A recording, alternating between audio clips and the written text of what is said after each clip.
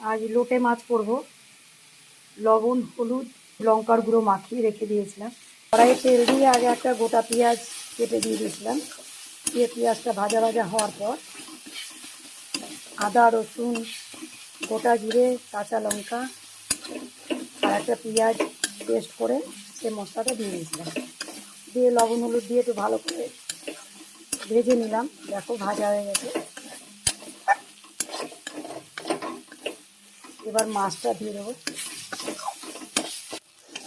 মশলা ভাজা হয়ে গেছে দেখো। এবার মাছটা দিয়ে দেবো। মাছে যে জল বেরাবে ওতেই আমার মাছ রান্না হয়ে যাবে। এই মাছটা আজকে আর ভাজলাম না।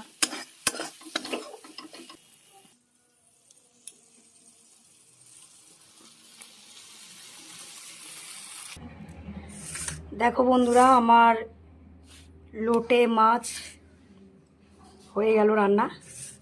তাহলে আমি আমার এখানে ব্লগটা শেষ করছি। এই দেখো একদম গোটা গোটা আছে, খুব সুন্দর লাগে এই মাছ খেতে। এখানেই ছাড়লাম আমার ব্লগটা। Bye bye.